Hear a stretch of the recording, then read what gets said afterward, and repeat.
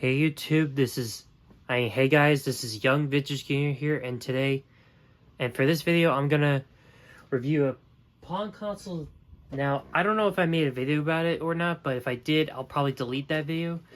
But for this video, I'm gonna review one of Atari's very first video game consoles from before the Atari 2600, and it's from the first generation of video game consoles.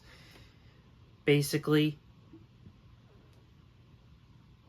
released in 1975, called the Atari Pong. That's literally it. This is Atari's very first video game console slash very first Pong console. So, let's take a look at it and see what this Pong console has to offer. Atari started off as this company, which unfortunately I don't know how to read this company, so let me know in the comments how to read that company. But it started in 1970 as this company, but then Atari changed its name to Atari Incorporated in 1972 when they first introduced their very first arcade game, Pong, in 1972. Meanwhile, in 1972, Magnavox introduced their first home video game console, which is the very first video game console to be released for people's houses.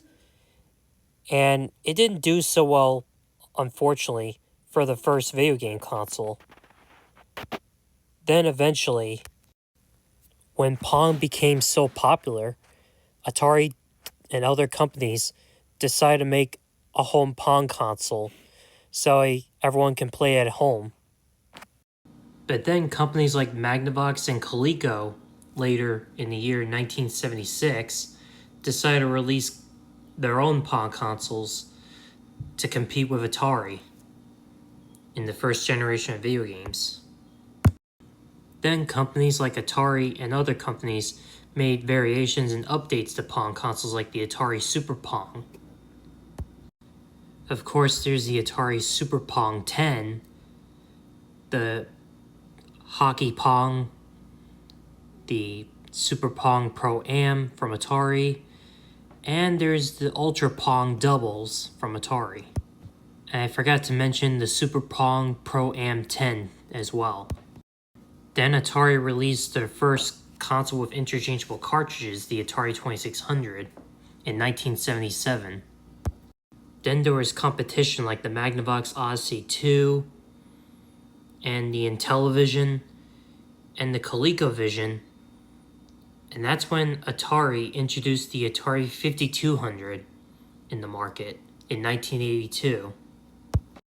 However, that console failed in 1982 because of how awkwardly designed the controls were. Eventually, the video game crash hit in 1983-84, and a bunch of companies pulled out except for Atari. And in 1986, Atari released the Atari 7800 to compete with the NES that got released in 1985, and Sega's Master System And then in 1987, Atari released the Atari XE-GS, which is a hybrid of a console and a hybrid of a computer, much like the Nintendo Famicom, to compete with the NES as well. However, the console did no better than the Atari 7800, unfortunately, so both consoles bit the dust. Eventually, Atari released the Atari Lynx as their handheld console to compete with the Nintendo Game Boy and the Sega Game Gear, but it didn't do well either, due to a lack of third-party support, and it was too bulky. And the screen was too bright and to see in the sun. And then eventually Atari released in the early 90s the Atari Jaguar as their first 64-bit game system. However, it didn't do well either, even after they released the Atari Jaguar CD, which did no better. So eventually, Atari's time in video game console days marketing campaigns were over, as well as their computer days. Until the release of the Atari VCS, which features a joypad controller, wireless, and a wireless joystick. And also the release of the Atari 2600 Plus, which is a reproduction version of the Atari 2600, which features an HDMI port instead of an RF port. So enough about the history, let's take a look at the console. As you can see, the controls are built onto the console. This is wireless controllers before wireless controllers. So 2 players with graphical controls. As you can see, I really like the attractive looking Pong logo with the yellow-orange. Here's the Atari logo. Now as you can see, that's a built-in speaker on the Pong console. Now sounds usually come from the built-in speaker on the Pong console from certain Pong consoles, like this one. I guess you could say it's similar to the PlayStation 5 DualSense controller, how certain sound effects come out of it. Anyway, moving on, now as you can see, here's a simple on-off switch, the start button to start the game, and yeah, it's a pretty attractive looking console. Now on the back, here's the RF cord, or the VHF connector. Now, this is one of those consoles that uses a certain type of connector this is one of those connectors that Pong consoles use, like this. You usually plug them into a box and then screw the box in the back of the TV, but as an option for today, you can get one of these coaxial adapters. They cost like a couple bucks. Plug it in like so, and screw it into the coaxial part of the TV. Otherwise, that's what the connector's like, and it's not compatible with TVs today. So, moving on. Here's the AC adapter port. That's optional. You can actually power this thing with not C batteries, but rather, if I can pry this open. Yeah, this is one of the most difficult Pong consoles to open the battery compartment. Here's the battery compartment. As you can see, this thing uses 4D batteries, unlike most Pong consoles where they use 6C batteries, like the Coleco Telstar. Yeah, the problem. Yeah, here's the label and serial number, and I don't know if you can see the model number and everything. So let's hook this thing up to the TV and see what it has to offer.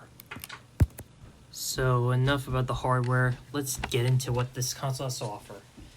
Now, the console, when plugged into a black and white television, you get black and white graphics, but when you hook it up to a color television, as you can see, you get color graphics. And the game's pretty simple. It's pretty much your typical Pong game, as you can see, with color graphics if you hook it up to a color television. Now, I'm not going to go through all that trouble to find a black and white TV to show you the black and white graphics, because it's too much money, and this is all I'm showing you. So, yeah, this is pretty much your average Pong, and you can score up to 15, and that's basically it. So you definitely need a friend to play this with you.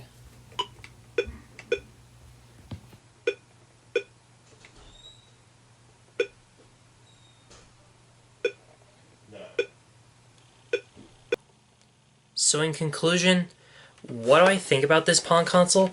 Well, it's actually a really attractive looking Pong console. I really like the look of it, and the look of the graphics this Pong console has to offer when it's in color.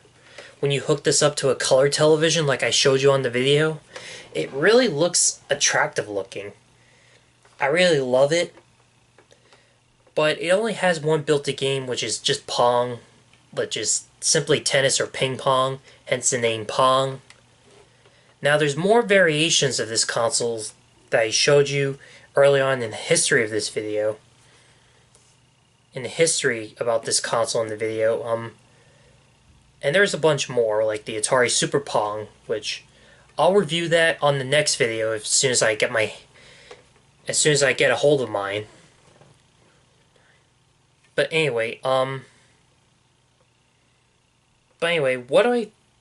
would I recommend this console? Well,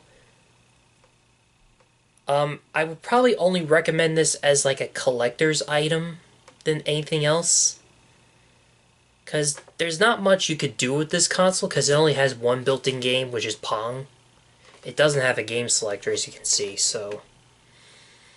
But you can still play it. I mean, it's not a bad console, it's just... There's just so little you can do with it, but it's still an attractive-looking Pong console for the very first Pong console Atari's ever released. But I definitely recommend it as a collector's console, because of the fact that you have to, like, constantly pry this battery compartment open with a flathead screwdriver just to open the battery compartment, which is a pain in the butt to open. And you have to put in 4D batteries. Yeah, and to make things worse, if you leave this console turned off, even though the batteries are in while the console's turned off, it still drains the batteries within the console, which is really annoying, to say this. It's like, what were they thinking? I swear. And the only way you can use an AC adapter on this Pong console is to rearrange the battery compartment and convert it into an AC powered console, which is kind of annoying by comparison. Like, you have to be tech savvy to do that kind of tweaking around with this console. So this is quite a complex and console. It's attractive, but it's quite a complex console to work with as far as powering it is concerned. So this is more of like a collector's item than anything else. But we'll have to see what the others are like. I have not yet reviewed the others, but once I get to them, I promise I'll review them. Yeah. And I'm not sure how much they go for today, but let me know in the comments down below how much they go for, because as soon as I make a video about the Atari Super Pong and do a comparison with these two, I'm probably going to get rid of this one and sell it off or donate it. So let me know in the comments down below how much this console would cost if I sell it, how much to price it and stuff. So anyway, subscribe for more videos like this, and be sure to smash that like button if you like what you see here, or if you at least agree with everything I have to say about this console, and also comment down below how much this console will be worth now these days selling, and check out my other YouTube channel, Donnie A Horror Story 96, for horror content videos, and hit the notification bell, and share both channels, and share my videos, and check out my other videos. And I'll appreciate if you check out my other videos as well, and share those videos with everyone you know. So this is me, signing off.